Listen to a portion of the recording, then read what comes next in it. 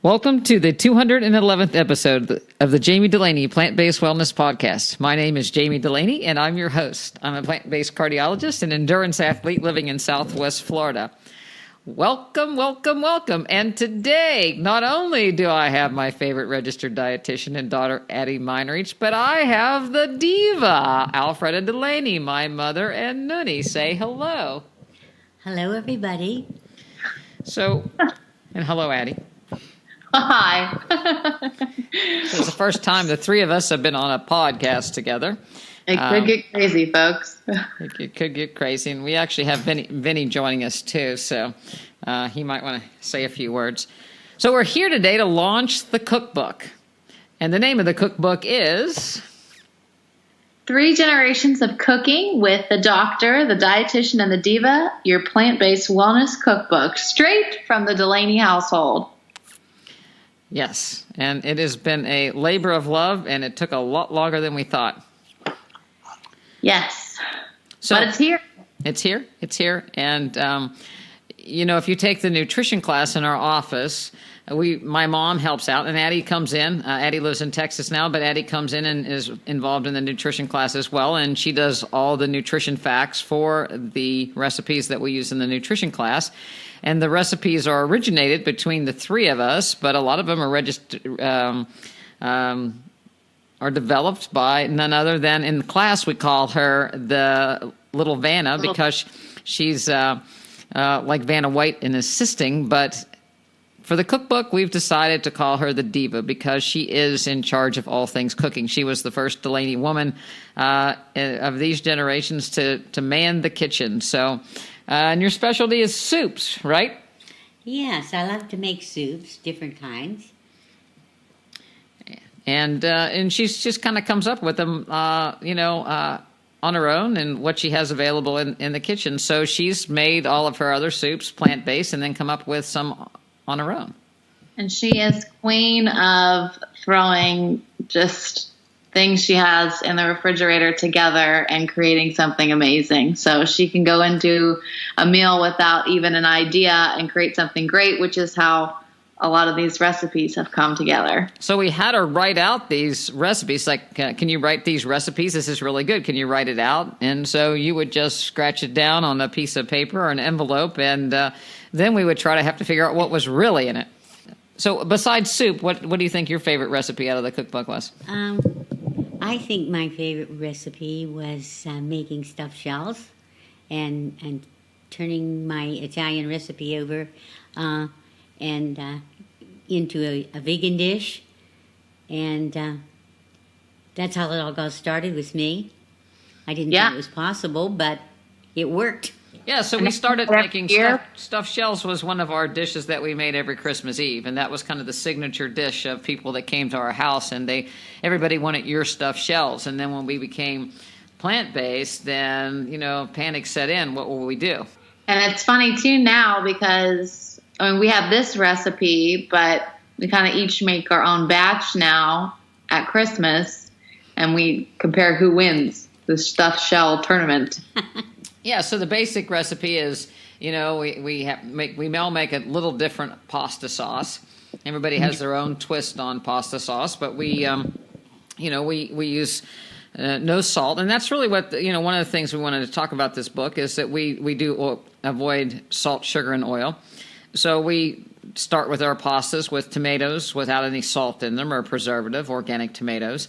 And then we and the pasta recipe is in the cookbook as well, but we all have our own little twist on how much of this, how much of that is in the pasta sauce. The doctor usually likes it spicier than anyone at the table can handle. Yeah, if you don't sweat a little bit during the pasta sauce, then it's you're not getting all that it's cracked up to be.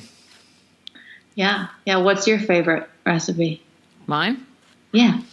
As I went through looking at the cookbook, and I'd like to, there was one mistake in the cookbook early up front is that I did not give credit to the photographer. And the photographer is Addie. She did every one of the photos for the cookbook and did an excellent job. And as I go through the cookbook, I get hungry. And so it's hard for me to decide which one is my favorite, but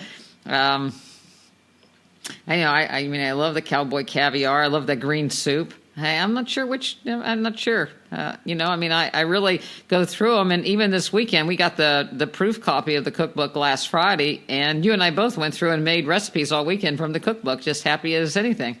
Yeah, I've done it all week actually.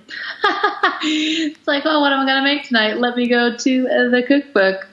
I don't know what I like. I love, the one that was really kind of funny that came together was the barbecue pulled vork. That was a Nathan Meinrich idea. So he was the late plant-based adopter, so he inspired that one. I like that one for like barbecues, especially this time of year. With the cowboy caviar, those are great.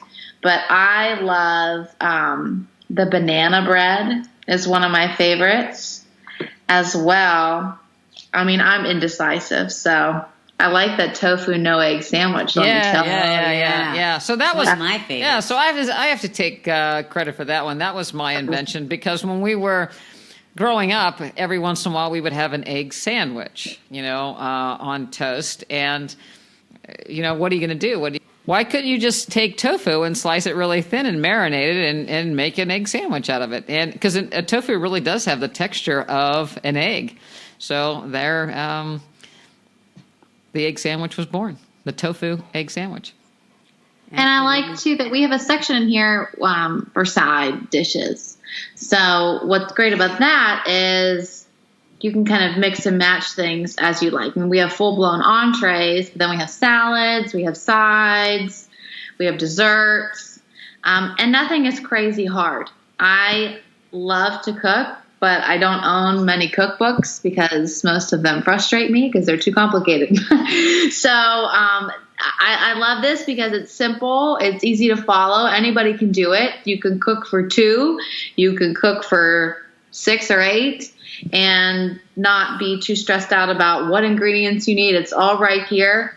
And we have some nutrition education sprinkled throughout too, which I think is unique.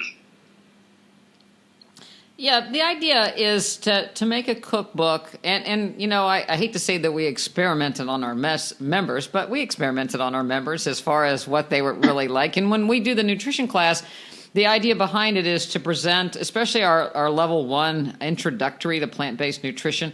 We want them to learn about different grains, because a lot of people have only eaten pasta, maybe some rice. Some people haven't eaten quinoa, barley, or farro or anything. So we want to introduce them to a grain, and we want to introduce them to different ways to prepare greens. So a lot of the recipes are in the nutrition class when we did them were, how do we incorporate those into each class? And so the cookbook, it does a lot of that. We do the whys as far as the greens, the nitric oxide production, but there's other benefits of the vegetables and the combinations thereof. Some things are more nutrient dense if they're cooked, some more nutrient dense if they're raw. And if you're looking, it shouldn't matter whether you have rheumatoid arthritis or you're perfectly healthy or you have heart disease or diabetes or you're trying to lose weight. You can use this cookbook and not have to worry about, things that are too calorically dense or that things are inflammatory. And so it's, it's geared at people that I would see in my nutrition practice, as well as being able to serve those to their family and friends. Yeah, it's for everybody. It really is. And there's nothing hidden. There's nutrition facts for each and every recipe, too. So if you are interested in that info, you can find it on each page. In the back, we have some shopping lists for, typical things on our weekly pantry list, our weekly perishables, the produce section. A little info on kitchen hacks from the Dulaney ladies. I really think it's really a complete guide to whole food, plant-based nutrition. It's kind of like taking a step into our home, but also a step into the nutrition class. So I think you get a little bit of the best of both worlds. Yeah, I think so. And, you're Mom, you're at nutrition class every week. I mean, you see how people react to the recipes. Yes, it seems like everything that you cook, goes over very well, and everybody likes it because it's simple. It's very easy to put together, and the main thing is to know what you're going to cook and have things available so that you can make these recipes, and that's the main thing. And make sure that they're fresh vegetables, because that means a lot. If your vegetables are fresh, everything will taste so much better. I think you learn a lot about how to season as well with these recipes. That's the biggest thing when I am working with somebody trying to reduce their sodium intake and get them off the table salt, off that salt shaker, is, everything's so bland. But we use a nice variety of spices, and and spices you can use over and over again. You'll see throughout the cookbook. So it's not like you're going to buy one spice and only use it for one recipe. But it kind of teaches you different flavors as well, to help get you off of those things like sugar, oil, and salt, and get your flavors elsewhere. Yeah. We only need 500 milligrams of sodium a day. And fruits and vegetables have 750 milligrams of salt in. So we don't have to worry about getting salt. But that's the flavor that is up front in certainly all prepared foods, or if you go out to dinner. So people are expecting that taste. And we've had people in nutrition class say it's missing something. It's missing something. And it's like, yeah, salt. It's like, yeah, that's what it is.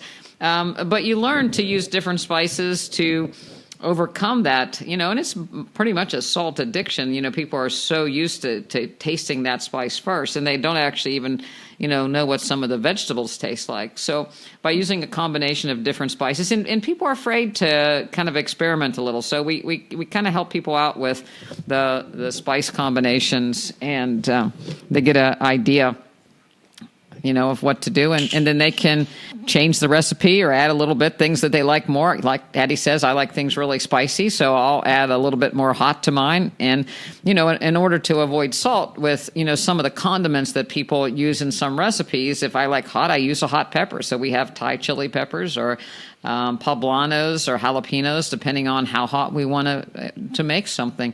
And we don't have to worry about the salt adding additional, the sauces, canned and jar sauces, adding additional salt. Yeah. Another thing I think is pretty cool is a lot of these recipes are very similar to maybe traditional, if we want to use that word, family recipes that we just made plant-based or vegan when we all changed to that form of eating as a family. So it's not a lot of crazy dishes either. It's going to be very familiar to you when someone opens up the book.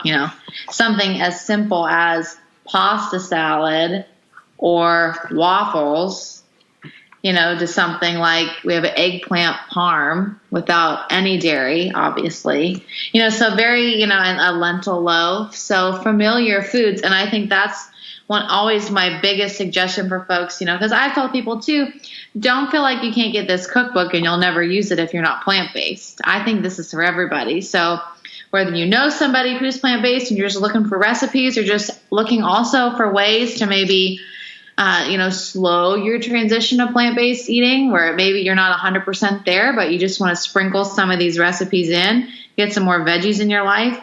There's recipes in here that aren't going to be far away from what you're doing, just made healthier with whole food plant-based.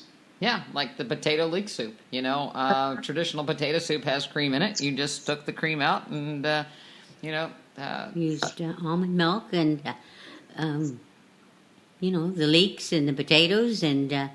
pretty simple. Pretty simple. Some onion and some celery and then, there's also a few comments in there and some things that we've learned along the way, too. When we first started doing the nutrition class, at one point we outgrew our ability to have enough seats for everybody, so we rented space at the local Chamber of Commerce to have the nutrition class. And so Mom and I would haul everything to the Chamber of Commerce, and so we, invite cooler, and they had a little kitchen there, and we'd have stuff in the back heating up. And so one afternoon, I thought we were going to demonstrate the meatballs or the sesame, the omega balls, And I thought I would, be smart about it. I had the sauce made, and I put it in a crock pot, and I put the meatless balls in there. And when we came for class, 3 or 4 hours later, everything would be ready. And I found out that I had made a bolognese sauce by that, because the plant-based meatballs will disintegrate if you leave them in hot sauce for a while. So I, things that I learned. That wasn't all bad. So I had a meat sauce, so to speak. But I didn't have, meatballs. And I think we have that in there, as far as, don't put the sauce on these until you're ready to serve them, because otherwise you can, get a bolognese sauce. Yeah, a lot of tips filtered throughout. Each year for our members, we have a lot of people coming in new to plant-based each year. We put out a Thanksgiving recipe newsletter that tells them, takes the panic away, shows you how to have Thanksgiving and be plant-based. Conveniently, all of those recipes are also in here as well. So holiday cooking, your worries, fear no more, everyone. All your recipes can be found in this book. Yeah. We have the next holiday, 4th of July. We can take care of your barbecue. We've got honey stuffing balls. We've got gravy. We've got pumpkin pie. You can tell who likes Thanksgiving. Yeah. I love fall, so you know that my pumpkin pancakes are in here. So if you eat those and love those, think of me, because they're amazing. We also have smoothies. A few of your favorite smoothies, especially for summertime hydration. Yeah. We both use those after our long weekend runs or bike rides. Yeah, I really, during my transition to plant-based, I would do breakfast, and I would do a smoothie for breakfast. And then I realized, it's like, why am I just drinking this when I could actually enjoy eating the fruit? But I still do like a smoothie, so occasionally I'll use smoothies more as a dessert in the evening if I want something cold. As it's my hydration for the next workout the next morning. When we do long bikes and long runs, like Addie said, I like to do smoothies when we first come in. It helps with the hydration. Fruit has a tremendous amount of antioxidants and phytonutrients and helps you recover.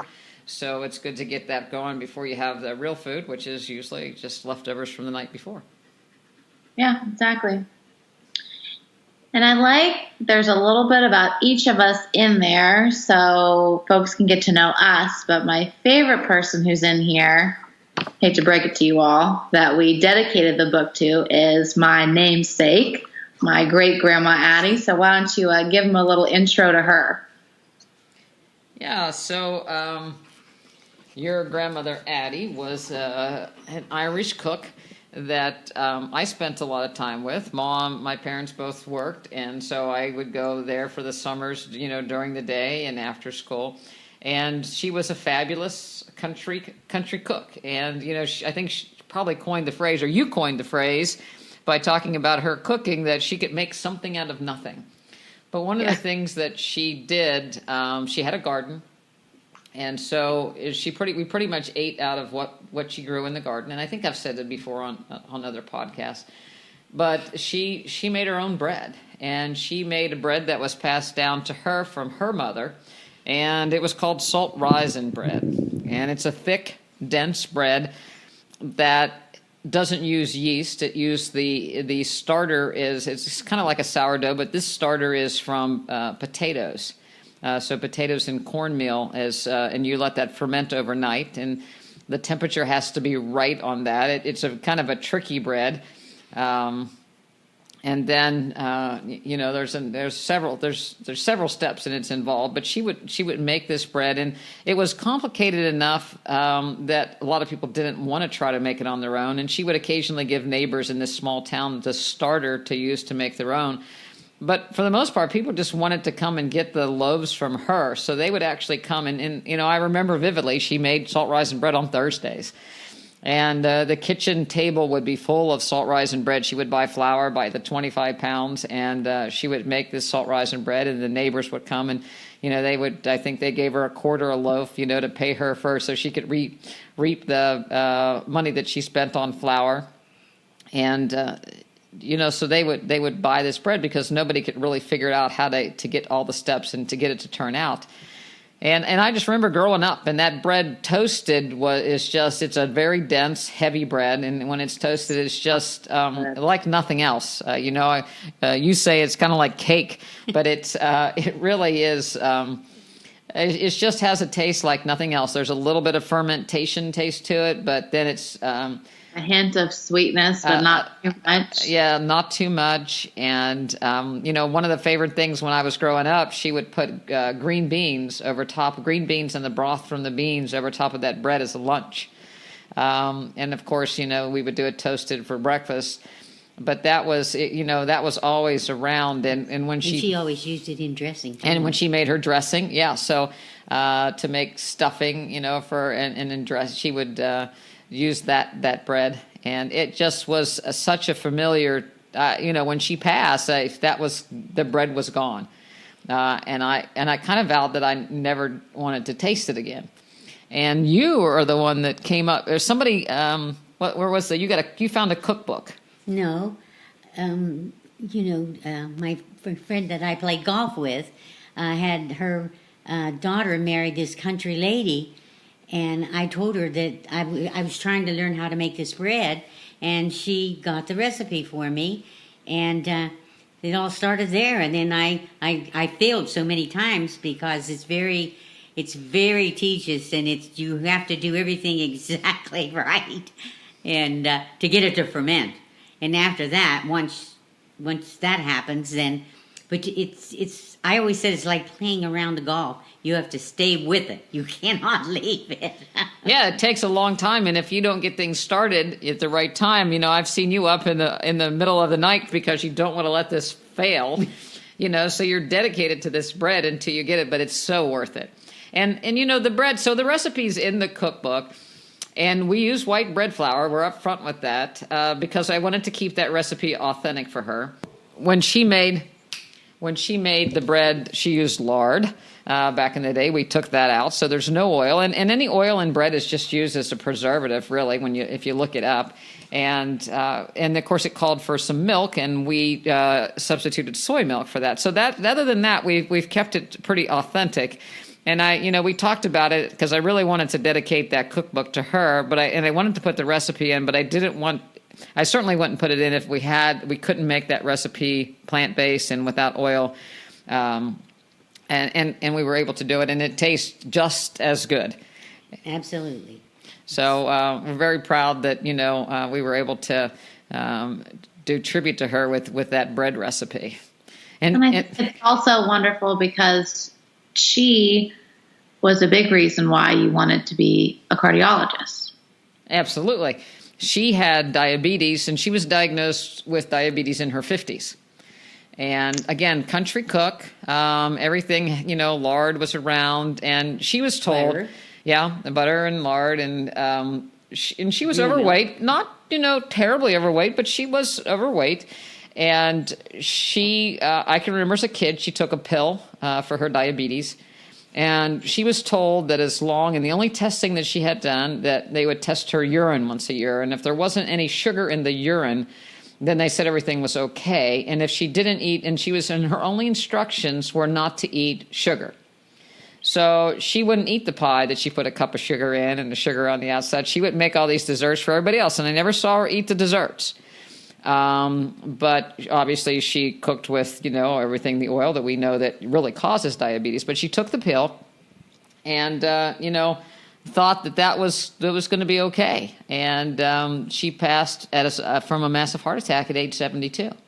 And, I think that, it didn't have to happen. Unfortunately, she was treated like everybody else was treated back in the day for diabetes. And, of course, it was not correct. We know so much more now. And, I do believe that, if she could, were here today, she would have become plant-based and altered her diet accordingly. I really do. And she was such a fabulous cook, like little Vanna here, and the Diva is, that, she would have altered her recipes too, to make them, healthy. But there wasn't that association. The idea of food was to feed your family back then. And like I said, They had she had chickens and gathered her own gathered the eggs, and she had a garden, and her mother and brothers raised hogs, and so they butchered together. There was somebody else raised cattle, so everything was homegrown, like people say, grass fed. But but we know that really doesn't save you, and she's a perfect example of that. It didn't save her, and so it's a lesson learned. But I think that it also says that we can take those traditional recipes and make them plant based, and still keep your family traditions together. Exactly. It just takes a little bit of manipulation and a little bit of thinking, and buying the right vegetables and thinking about what you're going to cook a little bit more, so that you have a good base, and get fresh vegetables. That's what it's all about. Yeah. So I don't think, like you said, you don't have to overcomplicate it. And I love that we dedicated it to her too, because like you just said, she was always cooked for her family. And then really, we've done a lot of cooking as a family. We've always cooked in, eaten together, enjoyed that. That's always been a big part of my life growing up, and still is today, is sharing a meal together that we make. And I think it's really important to get back to that. And that's something else that we teach is, the food, yes, it's medicine, but it's also something to be shared with your family. So it can be, a lot of those things for a lot of people. But all I have to say, ladies, is salud. Cheers. We did it. Yeah, we did it. And, I've always had a house that the kitchen was kind of part of. The guy in the kitchen was a part of everything. But we have cooked meals and these recipes.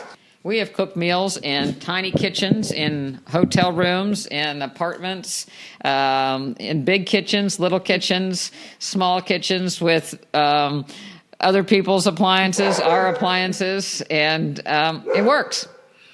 Yeah, you can do it anywhere. You just got to have an idea to do it, the recipe, the food, and the people around you, and that's all you need. Yeah, and then back to it. We're always around the table, and we've always eaten dinner together, and that's that keeps a family close. And so it's nothing better than not only keep a family close eating together, but eating healthy together. Mm-hmm.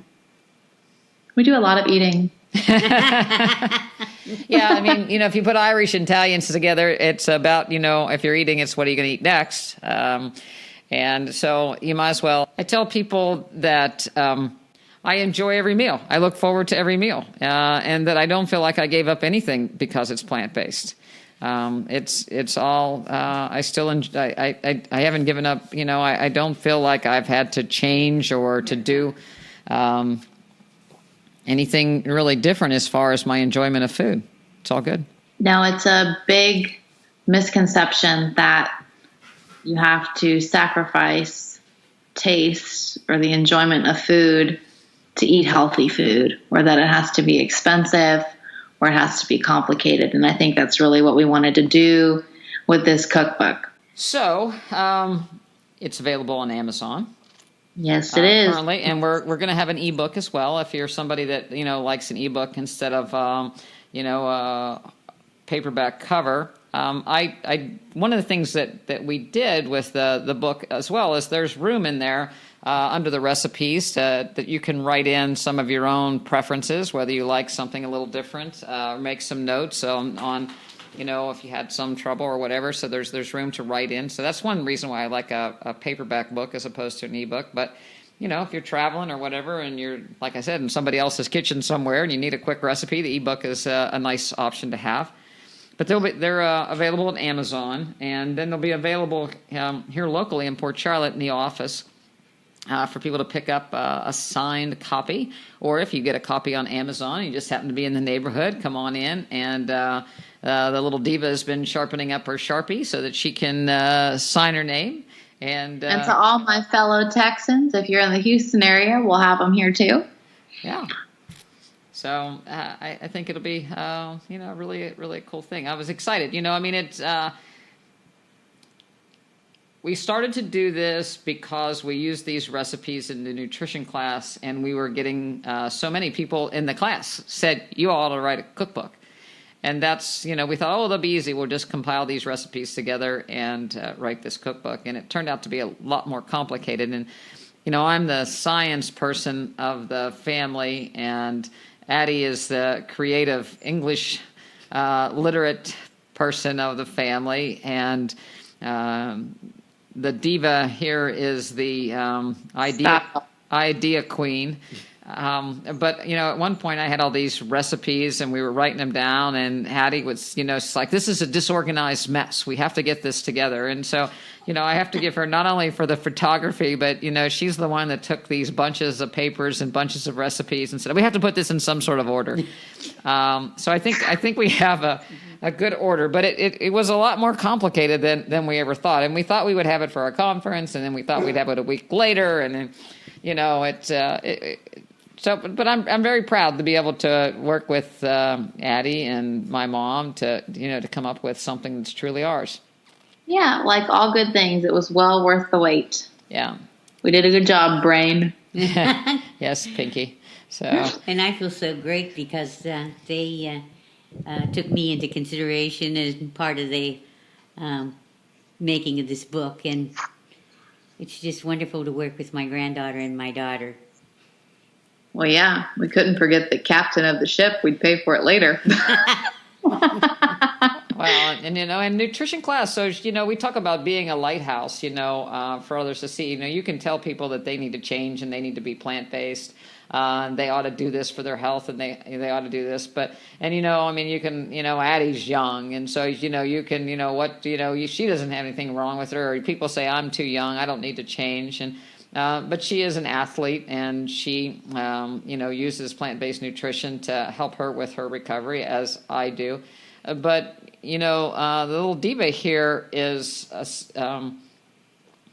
you're a lighthouse in and of yourself, because she comes waltzing into nutrition class, dressed fit to kill, slinging her spatula, and she's golfed or played Zumba, and she's coming to help serve and pick up and do all, and help give people ideas and recipe ideas. So, so changing at 80 probably is when you became plant-based. You set a good example for other people, because people say, well, I don't want to change at this stage in my life.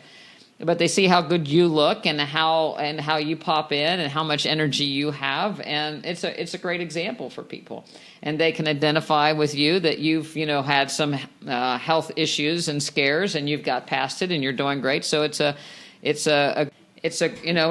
great testament to this, how this nutrition actually works. So I think that that's what we all hope for, that you kind of walk the walk, and you lead by example. And so the cookbook is an example of what we eat, literally. Literally. This is it, folks. All right, so we won't going to bore you out anymore. If you get the book and you try something and you are an Instagrammer such as I or the doc here, feel free to tag us in a photo. We would love to see what you all are creating. If you changed up things a little bit, let us know your own rendition of a Dulaney delight. And then if you're getting the book on Amazon and you enjoy it, if you really like it, give us a review. Let people know what you like about it, to share the word, and we'll be excited to see what you all create. Yep, and you can go to the website, drdulaney.com, and order it from there, or go directly to Amazon. We have a link under books so that you can order, take you to Amazon to get it as well. Gives us. And if you follow either of us on Instagram, the link is there as well. Yeah, so we would love to hear from you. You can email Addie at Addie, at drdulaney.com, or Jami at drdulaney.com. It's DOCTORDULANEY. So we'd love to hear from you. We appreciate all the nice feedback that we've received from some of you on Facebook, and look forward to hearing how you're enjoying the recipes. Yes, for sure. Happy cooking. Bon appetit. Go get them. All right, plant strong. All right. Good deal.